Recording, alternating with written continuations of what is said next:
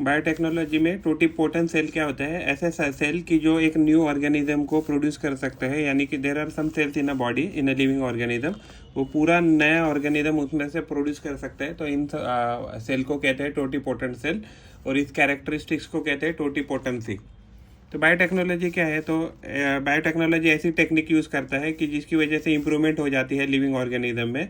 तो इनमें क्या किया जाता है, जो आर्टिफिशियल जेनेटिक जो चेंजेस है वो किए जाते हैं, या हाइब्रिडाइजेशन किया जाता है प्लांट में और एनिमल में, कि जिसकी वजह से क्या हो जाए, वेलफेयर हो जाए ह्यूमन बींग में। तो ये मेजर क्राइटेरिया है। जो भी कैरेक्टरिस्टिक्स, जो भी इंप्रूवमेंट है, it is for the purpose of only welfare of human being के लिए ही किया जाएगा ये। तो इसकी वजह से क्या फ़ायदा हो गया कि जो भी प्लांट और एनिमल जो भी नया वैरायटी के हमने प्रोड्यूस किए हैं, तो इसकी वजह से नया कैरेक्टरिस्टिक्स आए हैं उनमें।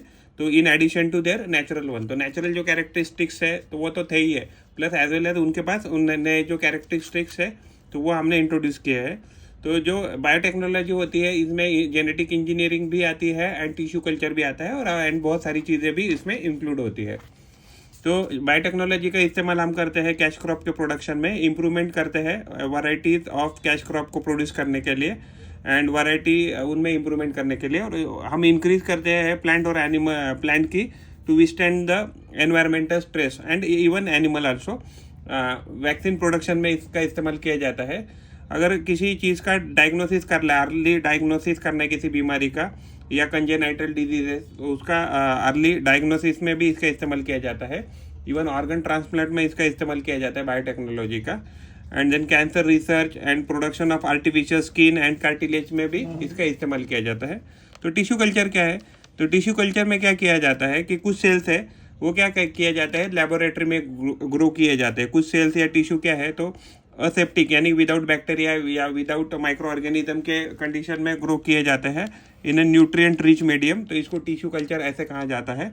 इसमें क्या किया जाता है कि कंप्लीट जो ऑर्गेनिज्म है वो डेवलप किया जाता है फ्रॉम सिंगल सेल या टिश्यू, फ्रॉम सिंगल सेल कह सकते हैं, या सिंगल टिश्यू से क्या किया जाता है, कंप्लीट ऑर्गेनिज्म को ग्रो किया जाता है इन अ लेबोरेटरी। तो इसको कहा जाता है टिश्यू कल्चर। कल्चर का प्रोसेस यहाँ लिखा है हमने। तो सोर्स प्लांट लेते हैं, फिर वहाँ से हमको bulb corm of source plant यानी ये छोटा सा टुकड़ा लेते हैं जिसमें टोटीपोटेंट सेल कह सकते हैं। तो टोटीपोटेंट सेल लेके उसको प्राइमरी ट्रीटमेंट करते हैं, यानी इसको एक मीडियम में रखते हैं। जनरली आगर जैसे मीडियम रहता है, जिस आगर जेल रहता है। उसके बाद तो रिप्रोडक्शन और मल्टीप्लिकेशन होता है उस सेल का, और वो सेल का होने के बाद उसमें शूटिंग एंड रूटिंग सिस्टम जैसे ग्रो हो जाता है। तो उसको पहले प्राइमरी हार्डनिंग किया जाता है। प्राइमरी हार्डनिंग यानी कि प्लांटलेट कह सकते हैं, वो प्लांटलेट को ग्रो किया जाता है अलग अलग पॉट्स में। और फिर ये जो बड़े हुए ग्रो किए हैं तो इसमें हम क्या कर सकते हैं, वापस सोर्स प्लांट ग्रो कर सकते हैं। तो इस पूरे सिस्टम को क्या कहते हैं हम, तो इसको हम कहते हैं टिश्यू कल्चर। अगर क्या है, तो अगर एक लिक्विड हो सकता है, सॉलिड हो सकता है, या जेल लाइक मीडियम हो सकता है, जिसमें क्या होता है कि वो जो सप्लाई करेगा न्यूट्रिएंट को एंड एनर्जी को। अगर टिश्यू कल्चर में जो भी हमने रखा है टोटीपोटेंट सेल, तो उसको ग्रो करने के लिए जो भी न्यूट्रिएंट मीडियम एंड एनर्जी देगा, तो उसको अगर ऐसे कहा जाता है। तो प्रोसेसेस इन टिश्यू कल्चर, तो पहले सोर्स प्लांट लिया जाता है, उसके बाद bulb corm of source plant लिया जाता है, फिर प्राइमरी ट्रीटमेंट की जाती है, फिर उसके बाद रिप्रोडक्शन या मल्टीप्लिकेशन किया जाता है। फिर उसके बाद जब शूटिंग एंड रूटिंग हो जाए प्लांट का, तो उसके बाद वो प्राइमरी हार्डनिंग किया जाता है। उसके बाद सेकेंडरी हार्डनिंग किया जाता है, और उससे वापस हम सोर्स प्लांट मिलता है, और सोर्स प्लांट से वापस हम क्या करते हैं, टिश्यू कल्चर कर सकते हैं। तो फ्रेडरिक कैंपियन स्टुअर्ट बोल के ब्रिटिश बोटेनिस्ट थे, तो उन्होंने सबसे पहले प्रूव करके दिखाया था सेल्स एंड टिश्यूज जो है वो लैब में भी हम ग्रो कर सकते हैं। तो उसके लिए उन्होंने एक्सपेरिमेंट किया था कैरेट रूट सेल्स पे, और उन्होंने कल्चर मीडियम पे यानी कि आगर जेल कह सकते हैं, आगर जेल जैसे टाइप न्यूट्रिएंट सेल में उसको ग्रो किया था। और उन्होंने ये भी प्रूव करके दिया था, जो भी टोटीपोटेंट सेल है, तो every totipotent cell has the ability to produce a new plant, यानी हर एक टोटीपोटेंट सेल से एक नया प्लांट ग्रो किया जा सकता है। ये उन्होंने प्रूव किया था साइंटिफिकली। तो जेनेटिकली मॉडिफाइड क्रॉप्स कौन से हैं, या जीएम क्रॉप्स जिसको कहा जाएंगे। तो जेनेटिकली मॉडिफाइड जो क्रॉप है, तो उसमें क्या किया जाता है, जो भी क्रॉप्स है, हमारा प्लांट है या इवन एनिमल है, तो उसमें क्या किया जाता है, उनके जो डीएनए, तो डीएनए में जो उसके जो चेंजेस किए जाते हैं, और उसकी वजह से हम क्या करते हैं, तो उसका हेल्प लेके हम चेंजेस करके नए वैरायटी हम आर्टिफिशियली प्रोड्यूस कर सकते हैं। और जो भी ऐसी कैरेक्टरिस्टिक्स उसमें प्लांट में एनिमल में डाली जाएगी कि जो यूज़फुल कैरेक्टरिस्टिक्स है, और हमें क्या मिलेगा उससे, तो हमें एक डिफरेंट टाइप ऑफ वैरायटी मिल जाएगा। टेक्नोलॉजी का इस्तेमाल करके हम क्या कर सकते हैं, तो मॉडिफाइड क्रॉप यानी जेनेटिकली मॉडिफाइड प्लांट या क्रॉप प्रोड्यूस कर सकते हैं। तो ये जो जो डिराइव्ड प्लांट या जीएम क्रॉप्स है, तो ये क्या कर सकते हैं, विस्टैंड कर सकते हैं, they will be having ability to withstand environmental stress. तो एनवायरमेंटल स्ट्रेस क्या हो सकता है कि फ्रीक्वेंटली चेंजिंग टेम्परेचर को आसानी से वो सहन कर सकता है, वेट एंड ड्राई कंडीशन में भी आसानी से ग्रो कर सकता है, चेंजिंग क्लाइमेट में भी आसानी से ग्रो कर सकता है। जो जीएम क्रॉप्स है they can grow in any adverse condition, तो यानी कि किसी भी एडवर्स कंडीशन में आसानी से ग्रो कर सकता है। तो जेनेटिकली मॉडिफाइड जो क्रॉप्स है, जीएम क्रॉप जो है, तो रेजिस्टेंट टू इंसेक्ट होते हैं, पेस्ट होते हैं, पैथोजेंस होते हैं और केमिकल वीडिसाइड होते हैं। तो अगर मान लीजिए ये ऑलरेडी प्लांट अगर रेजिस्टेंट है इन सारी बातों को, यानी इंसेक्ट, पेस्ट, पैथोजन या केमिकल वीडिसाइड, तो इस केस में क्या हो जाएगा, तो हमें हार्मफुल जो केमिकल्स है जैसे पेस्टिसाइड है या इंसेक्टिसाइड है, तो इसकी इस्तेमाल ही करने की ज़रूरत नहीं पड़ेगी बिल्कुल। तो जीएम जो क्रॉप्स है, तो उसमें क्या होता है कि बहुत ज़्यादा न्यूट्रिटिव वैल्यू ऐड किया रहता है बिकॉज डीएनए में चेंज करके। और जो भी मान लीजिए बहुत बार क्या होता है कि जो क्रॉप होती है वो अच्छे से ग्रो नहीं करती है, तो जो लॉस इन क्रॉप है तो उसको भी हम कम कर सकते हैं with the help of GM crops. तो अच्छे क्वालिटी के जो सीड है, तो अच्छे क्वालिटी के सीड भी हम आसानी से प्रोड्यूस कर सकते हैं with the help of GM crops. GM crop की मदद से हम हाई यील्डिंग वैरायटी यानी कि हाई आउटपुट की वैरायटी हम आसानी से प्रोड्यूस कर सकते हैं, जैसे for example banana, maize, rice, potato, soybean, tomato, cotton, apple, brinjal, papaya, beet, rose, tobacco and wheat. तो ये अलग अलग वैरायटी है जेनेटिकली मॉडिफाइड क्रॉप जो ऑलरेडी हम इस्तेमाल करते हैं कि जिसमें उसके डीएनए में चेंजेस किया है। तो हमने बहुत सारे पेस्ट रेजिस्टेंट जीएम क्रॉप्स भी डेवलप किए हैं, जैसे फॉर एग्जांपल मेज में मॉन 810 है, दूसरा है मॉन 863। पोटैटो में हमने एम्प्लोरा नाम का क्रॉप डेवलप किया है, कॉटन में बीटी कॉटन डेवलप किया है, सोयाबीन विस्टी गोल्ड एंड टोमेटो में हमने डेवलप किया है वैशाली। तो ये सारे नाम जेनेटिकली मॉडिफाइड क्रॉप्स है जो पेस्ट रेजिस्टेंट है। बायोटेक्नोलॉजी का इस्तेमाल एप्लीकेशन करके हम क्या कर सकते हैं, बहुत कहाँ कर सकते हैं, तो फ्लोरिकल्चर में जहाँ फ्लावर ग्रो होते हैं, नर्सरी जहाँ प्लांट ग्रो करते हैं, एंड फॉरेस्ट्री यानी कि बहुत सारे प्लांट वगैरह ग्रो करने के लिए, ट्रीज ग्रो करने के लिए हमें बायोटेक्नोलॉजी का इस्तेमाल कर सकता है। तो जो नर्सरी क्या है, नर्सरी एक ऐसी जगह है कि यहाँ क्या किया जाता है, गार्डन जो है वो एक लार्ज स्केल पे ग्रो किया जा सकता है आसानी से। उसका फिर अफॉरेस्टेशन करने के लिए भी हम इस नर्सरी का इस्तेमाल किया कर सकते हैं। Even reforestation and providing large number of seedling, यानी बहुत सारे प्लांटेशन अगर हमें करना है तो बहुत सारी सीडलिंग्स हम एक साथ ग्रो कर सकते हैं। तो टिश्यू कल्चर क्या है, तो टिश्यू कल्चर के साथ भी हम क्या कर सकते हैं, हम ग्रो कर सकते हैं प्लांट ऑन लार्ज स्केल। तो एक्सलेंट क्वालिटी के जो फ्लावर्स है एंड एक्सलेंट क्वालिटी के फ्रूट हम इसे आसानी से डिराइव कर सकते हैं with the help of tissue culture. तो जो फुल्ली ग्रोन प्लांट है जो है, तो हमें आसानी से मिल सकता है या रिप्रोड्यूस किए जा सकते हैं इन वेरी शॉर्ट ड्यूरेशन, यानी कि हम बहुत टाइम भी बचा सकते हैं with the help of biotechnology. तो जो भी प्लांट हम ग्रो करेंगे with the help of biotechnology, तो ये क्या है कि विदाउट जर्मिनेशन भी आसानी से ग्रो कर सकता है। जैसे फॉर एग्जांपल ऑर्चिड और पिचर प्लांट जैसे प्लांट होते हैं कि वो अगर जब तक जर्मिनेशन नहीं होता है तब तक ग्रो नहीं करते हैं। बायोरिएक्टर क्या है, बायोरिएक्टर एक ऐसा एनवायरनमेंट है, तो cells are grown in a more nutritive medium and protected from pathogen, यानी कि उसमें कोई भी माइक्रो ऑर्गेनिज्म उनको तकलीफ दे ऐसा एनवायरनमेंट बिल्कुल नहीं है, तो उसको बायोरिएक्टर ऐसे कह सकते हैं। तो it is useful to produce plantlet on very large scale, तो बहुत सारे प्लांट एक साथ ग्रो करने के लिए हम बायोरिएक्टर का इस्तेमाल करते हैं। हेल्प ऑफ बायोटेक्नोलॉजी हम बहुत सारे सीडलिंग्स एक शॉर्ट टाइम में प्रोड्यूस कर सकते हैं, मिनिमम रिसोर्सेज के साथ प्रोड्यूस कर सकते हैं एंड मिनिमम मटेरियल के साथ प्रोड्यूस कर सकते हैं।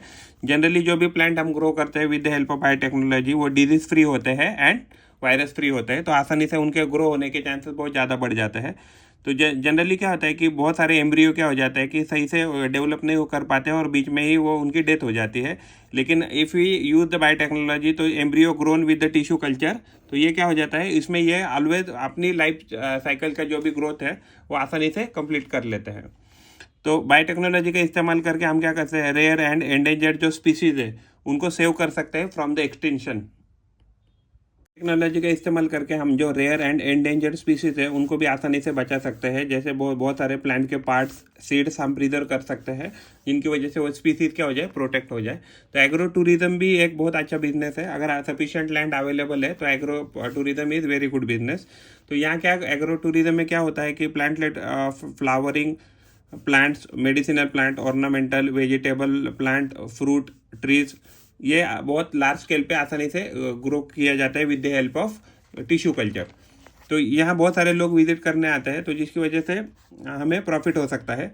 तो इस जगह पे बहुत जगह पे प्लांटलेट को सेल किया जाता है, सीडलिंग को सेल किया जाता है, फ्रूट्स, वेजिटेबल्स, हाँ, इवन मेडिसिनल जो भी है चीज़ें, उनको भी आसानी से अगर बेचा जाए, अगर ज़्यादा क्वांटिटी में अगर लोग आ रहे हैं, तो ये बिजनेस प्रॉफिट हमें आसानी से दे सकता है। तो एग्रो कॉम्प्लीमेंट्री ऑक्यूपेशन क्या क्या कर सकता है, तो एनिमल हस्बेंड्री यानी कि रियरिंग हम एनिमल हम कह सकते हैं। तो कैटल रियरिंग जो होता है, तो कैटल रियरिंग किस इंडिया में जनरली मिल्क प्रोडक्शन के लिए कैटल को रियर किया जाता है या पाला जाता है, और जो भी फार्मिंग ऑपरेशन है उसमें मदद करने के लिए कैटल रियरिंग किया जाता है। तो इंडियन काउज वैरायटीज क्या है, तो साहिवाल है, सिंधी है, गिर, लाल कंधारी, देवनी, खिल्लारी एंड डांगी।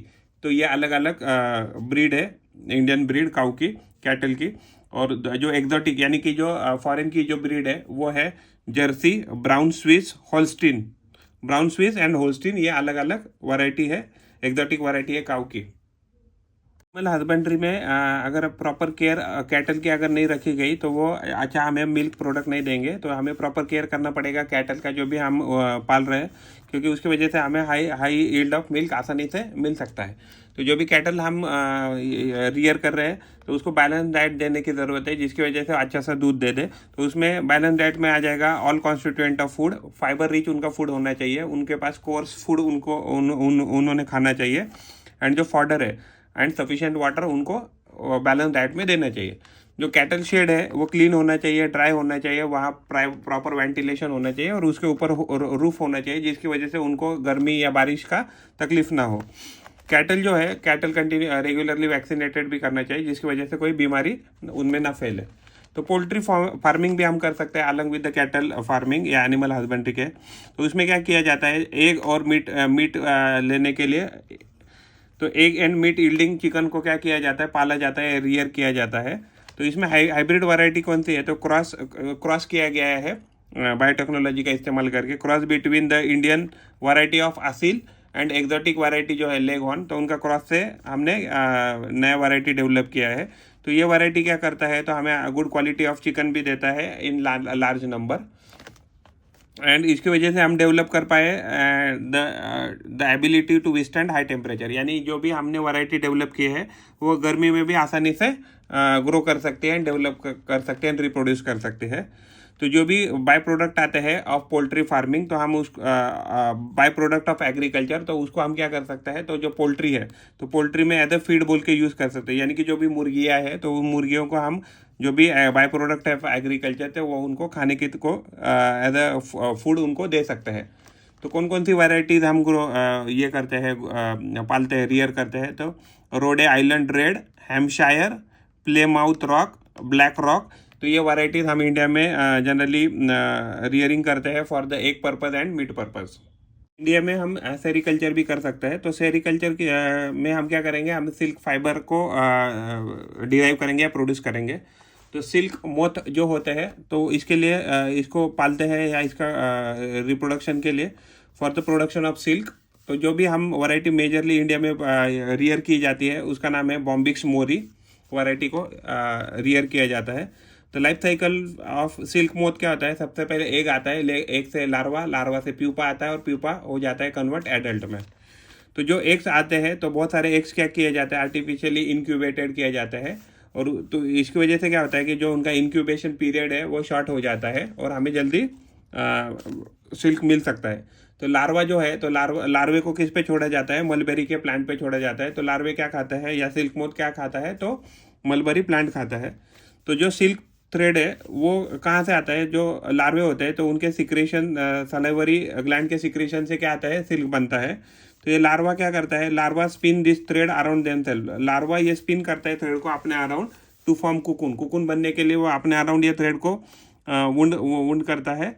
तो ये कुकुन जो है वो स्पेरिकल शेप का भी हो सकता है। 10 दिन पहले जब वो जो प्यूपा है, तो प्यूपा अगर एडल्ट में कन्वर्ट होने वाला है तो उसके 10 दिन पहले वो उसको प्यूपा को क्या किया जाता है, गर्म पानी में बॉइल्ड वाटर में डाला जाता है, जिसकी वजह से फाइबर जो है वो अनवुंड हो जाते हैं।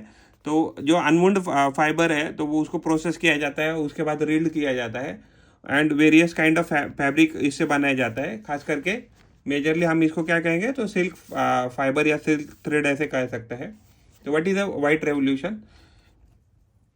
रेवोल्यूशन को ऑपरेशन फ्लड ऐसा भी कहा जाता है। तो ये डेयरी डेवलपमेंट प्रोग्राम इंडिया ने स्टार्ट किया था इन 1970। इसको लीड किया था डॉक्टर वर्गीस कुरियन ने। इनको फादर ऑफ व्हाइट रेवोल्यूशन ऐसे भी कहा जाता है। इसका मेन पर्पज था increase in milk production, India को सेल्फ सफिशिएंट बनाने के लिए, and India in milk production, जो भी हमारा जो क्वालिटी है दूध का, even as well as livestock का, यानी कि कैटल है, बफेलो है, उनका जो भी क्वालिटी उसको इम्प्रूव करने के लिए, और इंडिया से पॉवर्टी है उसको एबोलिश करने के लिए इंडिया ने 1970 में प्रोग्राम लॉन्च किया था या स्टार्ट किया था, जिसको हम कहते हैं व्हाइट रेवोल्यूशन। इस चैप्टर में देखा टिश्यू कल्चर क्या है। तो टिश्यू कल्चर ये नर्सरी या प्लांट कह सकते हैं। तो ये इसमें टिश्यू कल्चर से बहुत सारे प्लांट ग्रो किए हैं। उसके बाद हमने देखा the process of the tissue culture, तो ये ऐसी होती है। उसके बाद हमने इसके बाद देखा है कि जो भी जेनेटिकली मॉडिफाइड क्रॉप है, ये टोमेटो, ये पोटैटो और ये क्या है, तो ये मेज है। उसके बाद ये फ्रेडरिक कैंपियन स्टुअर्ट, तो उन्होंने सबसे पहले क्या किया था, ग्रो करके दिखाया था टिश्यू कल्चर, यानी कि टोटिपोटेंट से उन्होंने प्रूव करके दिखाया था। उसके बाद ये बायोरिएक्टर है एंड प्रोडक्शन ऑफ प्लांटलेट कह सकते हैं हम इसको। उसके बाद जो भी ये टिश्यू कल्चर से हमने क्या किया है, ज़्यादा वैरायटी का, बेटर वैरायटी का एंड ईल्ड का हमने प्रोडक्ट डिराइव किया। उसके बाद हमें इसमें पढ़ा है। इसके बाद यहाँ बहुत सारी काउज है, कैटल है, जो वैरायटी है जो हम एनिमल हस्बेंड्री के टाइम पे यूज़ करते हैं, Indian as well as exotic variety. और ये कुछ चिकन की वैरायटीज़ है जो हमने इसमें पढ़ी।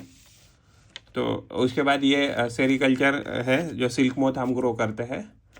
उसके बाद ये life cycle of the silk moth है। तो इतना सारा हम इस चैप्टर में पढ़े हैं। ये जो मुर्गियाँ है इसको लेयर्स ऐसा कहा जाता है। तो चिकन जो है, तो चिकन रेस किया जाता है फॉर ओनली अंडे के पर्पस। तो उसका एग्जांपल है leghorn, Minorca and Ancona and lemon. तो ये अलग अलग वैरायटी है। तो ये सिर्फ के अंडे के लिए पाली जाती है या रियर की जाती है। तो ब्रॉयलर यानी कि ये किसके लिए, मीट के लिए यूज़ की जाती है। तो जैसे ब्रह्मा, लॉन्ग, कोचिन एंड असील, तो ये वैरायटी किसके लिए, सिर्फ मीट पर्पज़ के लिए ग्रो की जाती है।